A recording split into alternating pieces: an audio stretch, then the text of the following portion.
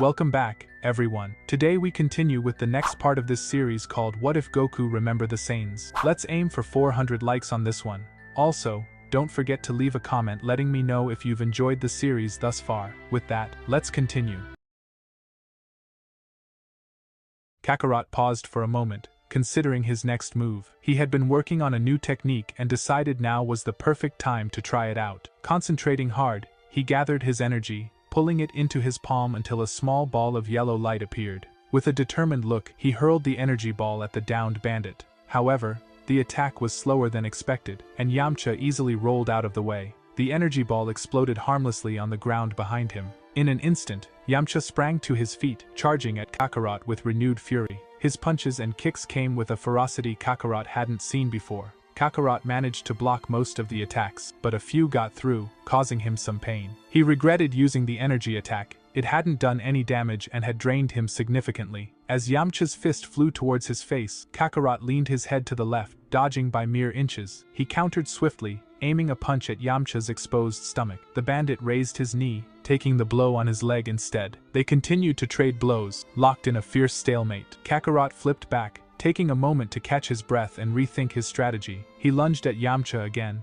this time with even greater speed. He threw a left hook at Yamcha's face, but it was a feint. At the last second, Kakarot's knee came around to strike Yamcha's exposed side. The bandit moved to block but was too slow. Pain shot through Yamcha's body as Kakarot's knee connected. Seizing the opportunity, Kakarot pummeled the bandit mercilessly. Seconds later, Yamcha was on the ground, Kakarot standing over him. Yamcha looked up at Kakarot, his face and body covered in bruises from the intense fight. Kakarot gazed down at his defeated opponent. Part of him wanted to finish the fight and prove his dominance, but another part told him he had already won. He had nothing left to prove. Turning his back on Yamcha, Kakarot said, "Get out of my sight and don't let me catch you here again, or next time will be worse." "Wait," Yamcha called out, still desperate to get the Dragon Balls. He knew he couldn't win by force or stealth. "Maybe I could help you and your friends." Kakarot stopped, but didn't turn around. "And how do you propose to do that?" "I could help you train," Yamcha offered. "Maybe even show you a few techniques." Kakarot's interest was piqued. "Like what?" "I could show you my Wolf Fang fist," Yamcha said.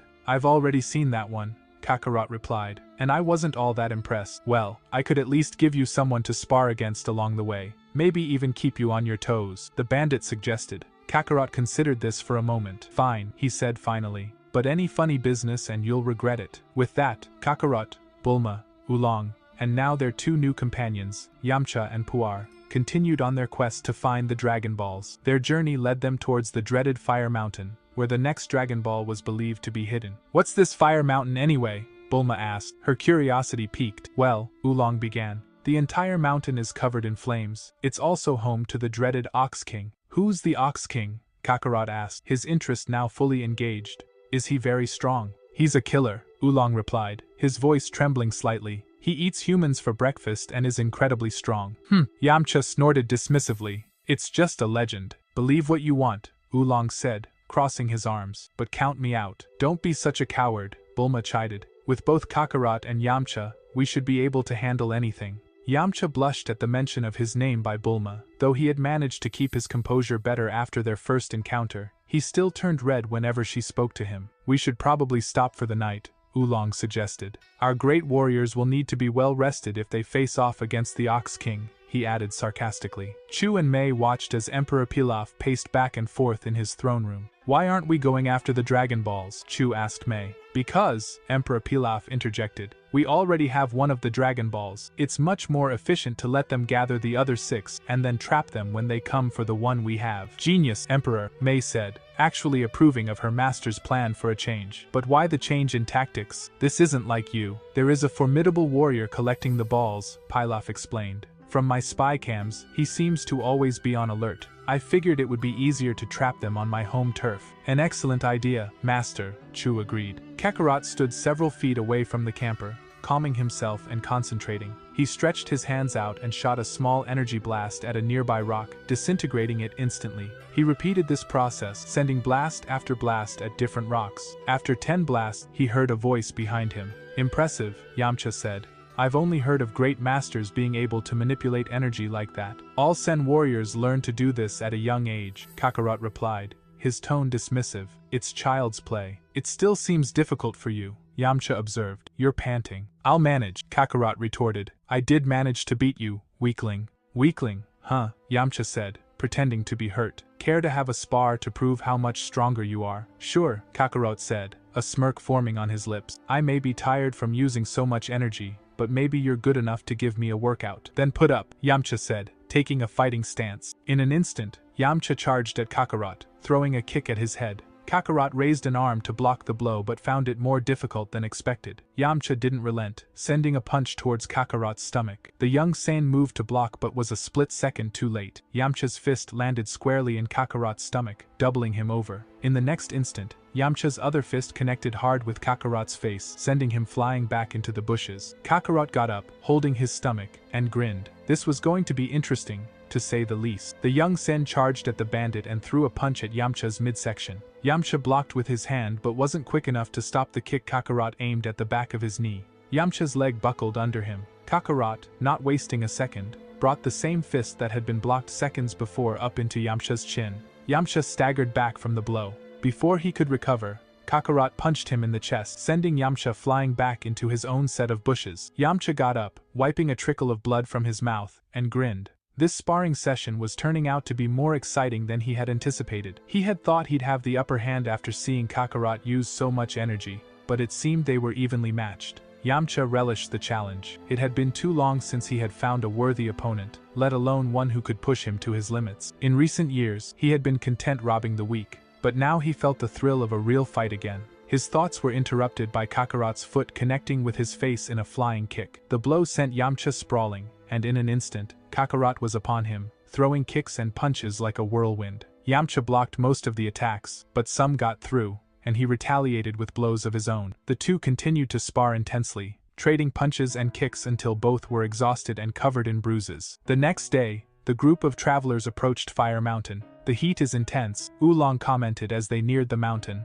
which was engulfed in flames. The Dragon Ball is definitely up there, Bulma said, looking at the bleeper. Probably in that castle up there. That's the Ox King's castle, Oolong said nervously. How are we going to get up there through the fire? Yamcha asked. There's no way through those flames. I'm going to look for a path, Kakarot said. Maybe the entire mountain isn't actually on fire. With that, he disappeared into the bushes to scout for a way through the flames. Who's there? A booming voice demanded behind them. Are you trying to steal my gold? The travelers turned to see a massive man, about 7 feet tall and covered in muscles. He wore a hat with horns and carried a giant axe. He was the Ox King. No, Bulma said quickly. We're just passing by. No way into that castle, Kakarot announced, emerging from the bushes. He turned to look at the Ox King. I take it you're the Ox King. I knew it. You're trying to steal my gold, the Ox King roared. He swung his axe at Kakarot, but the boy jumped out of the way before the weapon could hit him. We can take him together, Yamcha said, taking a fighting stance. Back off, Kakarot said,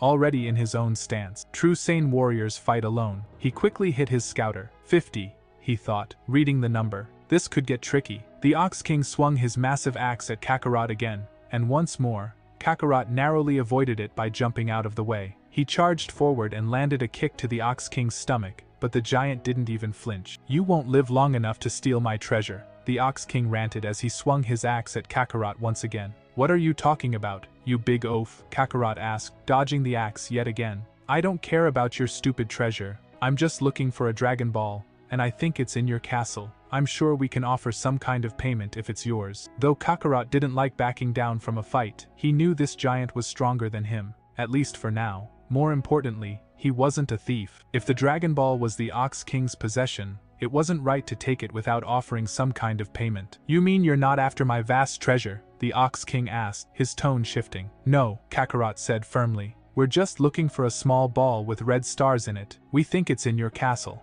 Well, the Ox King said, there's no way into the castle until the fire is put out. I'll tell you what, if you can find a way to put the fire out, you can have your Dragon Ball. Sounds fair enough, Kakarot agreed. Any ideas on how to put out the fire? The Banshu fan is the only thing that can extinguish the flames, the Ox King explained. It belongs to the great master Roshi. I sent my daughter Chi-Chi to get it, but I fear she's been lost. I can find this Master Roshi, Kakarot said, tapping his scouter. Sure enough, the old man's power level showed up in the direction they had come from. Can I ask you one more favor? The Ox King said, his voice softening. will you also find my daughter and bring her back safely? Sure, no problem, Bulma cut in. It'd be our pleasure. All right, Kakarot said, taking charge of the situation. I'll find Master Roshi and get the Banshu fan. Yamcha can go rescue Chi-Chi while I'm gone. What about the rest of us? Oolong asked nervously. You stay here until I return, Kakarot instructed. I'll be able to get there faster if I go alone. With that, Kakarot took off running in the direction they had come from.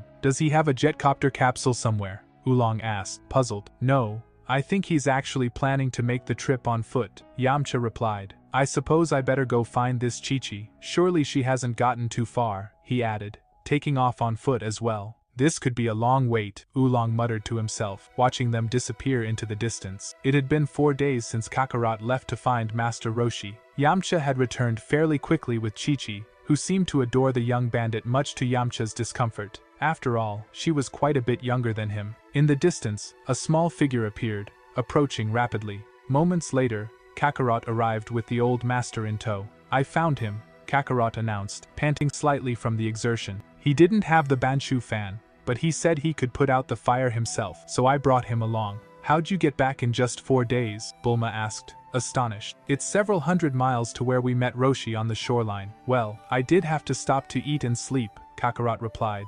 misunderstanding her question. To him, running long distances wasn't a big deal. In fact, the others had been slowing him down on this whole trip. Master, the Ox King exclaimed, running up to Roshi and interrupting any further conversation about Kakarot's quick return. I'm so pleased to see you. Now wait a minute, Ox, Roshi said sternly. What's this I hear about you killing a bunch of people over some stupid treasure? That's not the way I taught you when I trained you and Grandpa Gohan. Yes, Master, the Ox King said, bowing low. If you put out the fire, I promise I'll start being better. Very well, I'll put out the fire, Roshi said, tossing his shirt and turtle shell aside. He climbed up on the stone wall facing the torrent of fire on the mountain. He was a scrawny sight to behold, but Kakarot knew better. He knew the old man was stronger than he looked. What's he doing? Bulma whispered. Master's going to do his Kamehameha wave, the Ox King answered. It's a very hard move to learn, one that neither I nor Grandpa Gohan ever mastered. Kakarot watched with interest as the master readied to perform this mysterious technique. If it was powerful enough to put out this fire, he was definitely interested in learning more about it. Roshi readied himself and concentrated. In the next instant, his scrawny muscles suddenly beefed up as he became instantly buff. He then cupped his hands and began to chant, K, me, ha, me. Kakarot watched as blue energy began to form in the old master's hands. This technique wasn't all that different from the energy blasts he had been performing earlier, except with increased concentration, the blast was much more powerful. Even more powerful than someone with his power level should be able to muster. Ha! Roshi finished, shooting the blue beam of energy at the fire. There was a giant explosion, and when the dust settled, sure enough, the fire was out, but the mountain was gone and the castle lay in ruins. I guess I overdid it, Roshi said sheepishly. I must not be as rusty as I thought. That was amazing, Yamcha commented, wide-eyed. I wonder if I could do that, Kakarot mused to himself. That technique takes years to learn, Master Roshi said, hearing the boy. It took me 50 years to master it myself after I invented it. Kakarot took a stance and cupped his hands, focusing intensely. After making sure nothing important was in the way, he gathered his energy, concentrating it all into his hands. Ka, me, ha, me, he chanted. Blue energy began forming in his hands as he continued the technique. Ha, he shouted, launching a Kamehameha wave of his own. Though much smaller than Roshi's attack, it still packed a powerful punch and could have caused significant damage if it had hit anything. Very impressive, Roshi said, nodding with approval. You have a lot of potential to be a great warrior someday. I could teach you much. You've already agreed to train me when this is over, Kakarot reminded him. That I will, my boy, Roshi agreed. According to the bleeper, the Dragon Ball should be in this castle, Bulma said as the travelers walked up to a giant wooden door. Looks suspicious, Kakarot remarked, eyeing the imposing structure. Yeah, Puar said, floating near Yamcha's shoulder. No one good lives in a castle like this, so what do we do? Yamcha asked, looking uneasy. We knock, I suppose, Kakarot said. What if they're not friendly? Bulma said worriedly, remembering stories of an evil little emperor supposedly collecting the Dragon Balls. Could this be his castle? She wondered. Kakarot tapped his scouter. There aren't any high power levels in there, he said. If they're not friendly, we should be able to handle them. With that, the young San walked up and knocked on the door. Who is it? A voice asked from the speaker. We're looking for a small orange ball with a star in it, Kakarot answered, referring to the one-star ball they hadn't found yet. "We're willing to offer payment for it," he added. "Very well," the voice said. "Come in, and we'll discuss it." With that, the door opened, allowing the travelers to enter the castle. "Sire," Chu said, "why are you letting them in?" "You idiot," Pilaf replied. "There's no way we'd defeat that kid in a straight fight. That's why we need to trap them, and inviting them in is the best way to catch them off guard." "Brilliant, sire," Mai said, nodding in agreement. "Let's go," Bulma said, stepping into the dark hallway beyond the door. "Wait," Kakarot cautioned. "It could be a trap. Let's go slowly." With that, the travelers entered the castle and walked cautiously down the dark passageway to meet whatever awaited them. "Now we've got them," Pilaf said with delight. "Close the walls around them now."